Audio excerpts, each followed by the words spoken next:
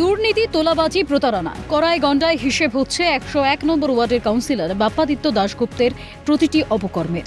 থানা চত্বরে ক্ষোভ বিক্ষোভ পেরিয়ে রবিবার আলিপুর আদালতে পেশ করা হয়েছিল ধৃত কাউন্সিলর ও তার শাগরেদ তৃণমূল নেতা সৌরভ ঘোষকে। তোলাবাজি সহ একাধিক অভিযোগে গ্রেফতার বাপ্পাদিত্য।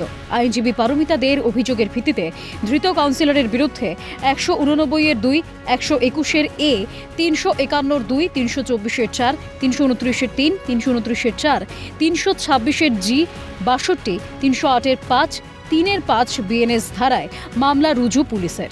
কাউন্সিলরের পাহাড় প্রমাণ দুর্নীতি ও প্রতারণার বিচার বিবেচনা করে ধৃতের ১৪ দিনের পুলিশ হেফাজতের নির্দেশ আদালতের। ধৃতদের পক্ষে কোনো আইনজীবীও এদিন আদালতে সওয়াল করেনি বলে আদালত সূত্রে খবর। ওনার ২০২১-এর আগের থেকে ২০১৯-২০ থেকেই, কারণ আমরা যখন ভারতীয় জনতা পার্টি বিরোধী পার্টি ছিলাম, সেই সময় থেকে আমাদের কোনো রকম অ্যাক্টিভিটি হলেই আমি শুধু না, আমার এলাকার যে সমস্ত কার্যকর্তারা ছিল সবার উপরে সন্ত্রাস হতো এবং তাদেরকে থ্রেট দেওয়া হতো এবং বাড়িতে ভাঙচুর হয়ে টাকা লুট করা এবং তাদেরকে থ্রেটিং কালচার, এটা বাপ্পাদিত্য দাশগুপ্তর জন্য তার আরও ৮ জন আমি অ্যাকিউজডের নাম দিয়েছি, তারা এই থ্রেট কালচার চালিয়ে গেছে। আদালত ফুল টাইম পিসি ১৪ দিনের পিসি দিয়েছেন এবং আমাদের এই জায়গা থেকে আজকে যে স্ট্যান্ড পয়েন্ট নেওয়া হয়েছে, কোনো অ্যাডভোকেট ডিফ্যাক্টো অ্যাকিউজডের পক্ষ থেকে কোনো অ্যাডভোকেট দাঁড়ায়নি এবং কোনো এই মামলায় দাঁড়াতে পারবে না।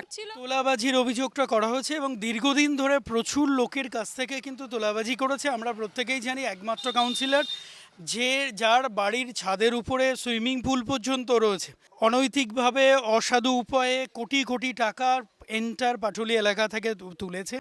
২১শে জুন পর্যন্ত পুলিশ হেফাজতে বাপ্পাদিত্য দাশগুপ্ত, আর ১৮ই জুন পর্যন্ত অভিযুক্ত তৃণমূল নেতা সৌরভ ঘোষের পুলিশ হেফাজতের নির্দেশ আলিপুর আদালতের ভারপ্রাপ্ত বিচারক পারমিতা রায়ের।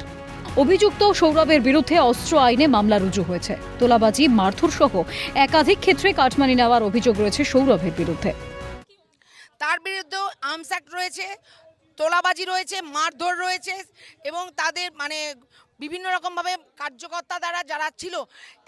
আমি এই বাপ্পাদিত্যর ইশারা ছাড়া সৌরভ ঘোষ, গণেশ মণ্ডল, শম্ভু মণ্ডল, পুলক চৌধুরী, গাজা বাপ্পা যার নাম হচ্ছে সঞ্জীব দাস, নীলমণি দাস, এরা কিছুতেই একটা ইট গড়তে পারতো না। বলি যে ইনার এগেনস্টে প্রায় ১৫-১৬টা কেস প্রায় পেন্ডিং হয়ে গেছে, আরও ১৫-১৬টা কমপ্লেন আমাদের এসেছে, যেটা আমরা কোর্টকে বলেছি।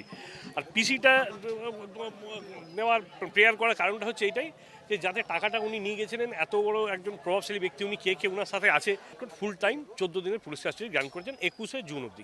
আর একটা আছে সৌরভ ঘোষ, যেটা সেখানে আমাদের আর্মস অ্যাক্টের অ্যালিগেশন আছে, আর্মস অ্যাক্ট আছে এবং তার সাথে ৩০৮-৫, অর্থাৎ তোমার এই এক্সটর্শনের যে পার্টটা আছে সেটা আছে।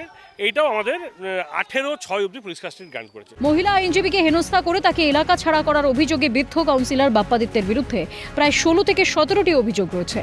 গোটা বিষয় খতিয়ে দেখছে আদালত। আদালতের সন্দেহের তালিকায় রয়েছে বাপ্পাদিত্যের বৈভব, প্রভাব, প্রতিপত্তিও, তার প্রাসাদ উপম অট্টালিকা, বিলাসবহুল জীবনযাত্রা, ছাদের উপর সুইমিং পুল, কাচের সিঁড়ি সহ নানাবিধ বিলাসিতার মূল উৎসও যাচাই করা হবে আগামী দিনে।